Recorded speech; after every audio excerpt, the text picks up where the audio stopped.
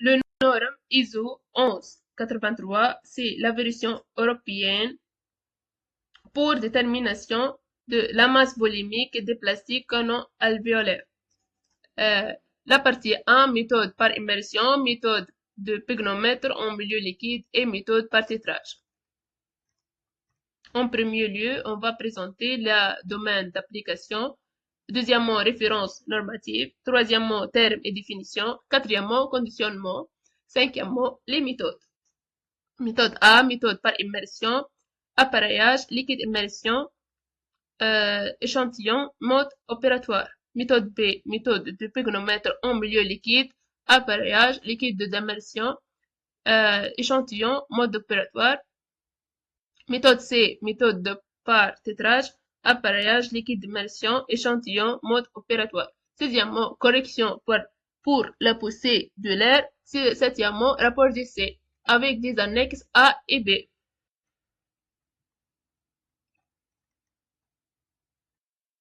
Premièrement, le domaine d'application, les trois méthodes A, B et C. Méthode par immersion pour les plastiques solides de cavité fermée, excepté les poudres. Méthode B, méthode de pygnomètre en milieu liquide pour les particules telles que les poudres, les paillettes, les grains et les parties fines réduites en petits morceaux.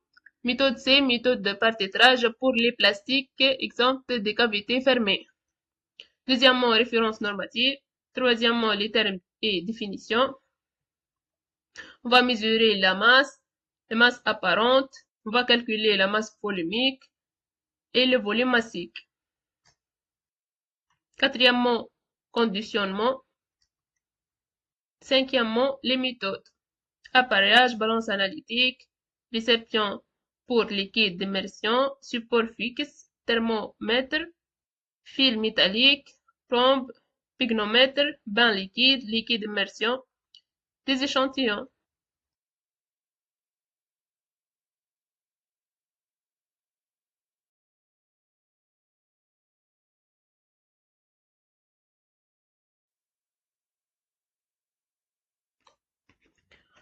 Bonjour à tous. Dans cette vidéo, nous allons voir comment déterminer expérimentalement la masse volumique d'un solide. Il faut rappeler que la masse volumique se calcule en divisant la masse du solide par son volume. La formule à connaître est donc la suivante. Rho égale à M sur V. Pour commencer, il faut peser le solide à l'aide d'une balance. Ici, le cylindre pèse 134,4 grammes. Deuxième étape, il faut mesurer le volume du solide à l'aide d'une éprouvette graduée. Nous allons utiliser la méthode par déplacement d'eau. Pour cela, on remplit l'éprouvette graduée d'eau. Ensuite, on lit précisément le volume d'eau. Ici, on note V1 égale à 30 ml. Nous immergeons maintenant le solide dans l'eau. On le déplace en le déposant délicatement dans l'éprouvette pour éviter la casse. Il faut vérifier ce dernier soit totalement immergé.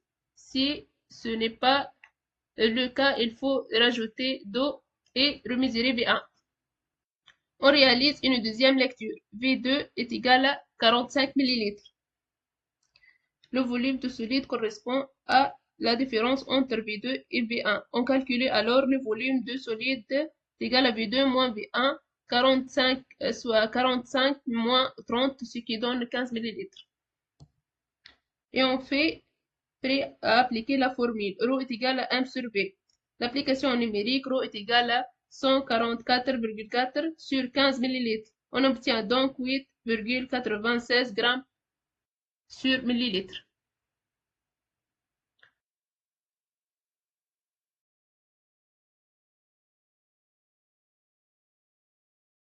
Volumique par pygnomètre. Principe, mesure de la masse volumique par pesée dans l'eau avec une volume constante.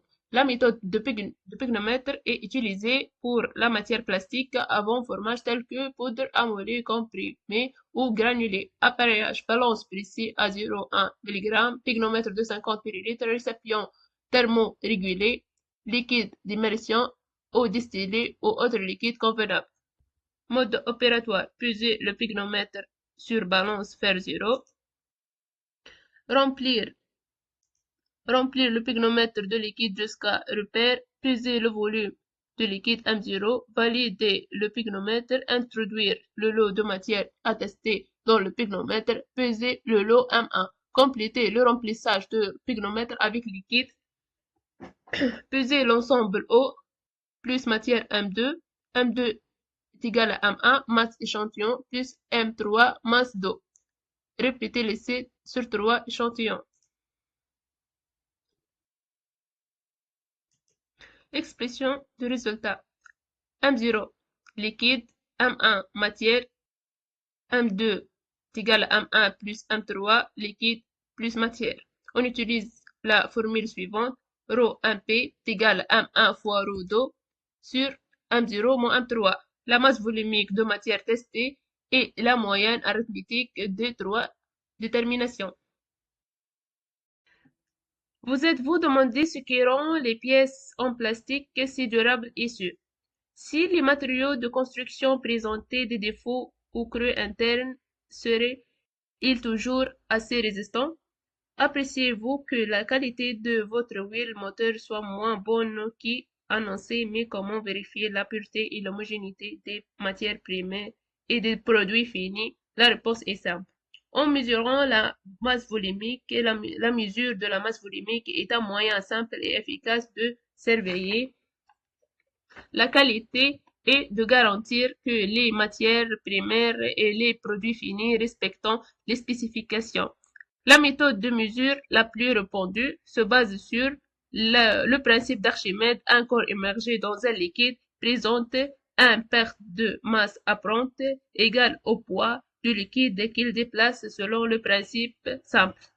La masse volumique peut facilement être mesurée par gravimètre sur une balance de laboratoire. Un débit peut être monté sur votre balance d'analyse de précision Maître Toldo. En quelques étapes simples. Les instructions détaillées vous guident de tout au long du processus pour les échantillons solides. L'objet est d'abord pesé dans l'air, puis dans un liquide dont la masse volumique est connue. Tous les calculs, y compris l'ajustement de la température du liquide de référence, sont effectués automatiquement et vous pouvez évaluer statiquement plusieurs échantillons. Vous pouvez imprimer avec leur date et heure ou les enregistrer sur une clé USB. L'application offre une excellente flexibilité pour répondre aux besoins de votre processus. L'utilisation d'un plongeur en verre de volume connu vous permet de déterminer la masse volumique d'échantillons liquides. La mesure de masse volumique à l'aide d'une balance est un moyen simple et pratique d'obtenir des résultats de contrôle qualité rapide et très fiable.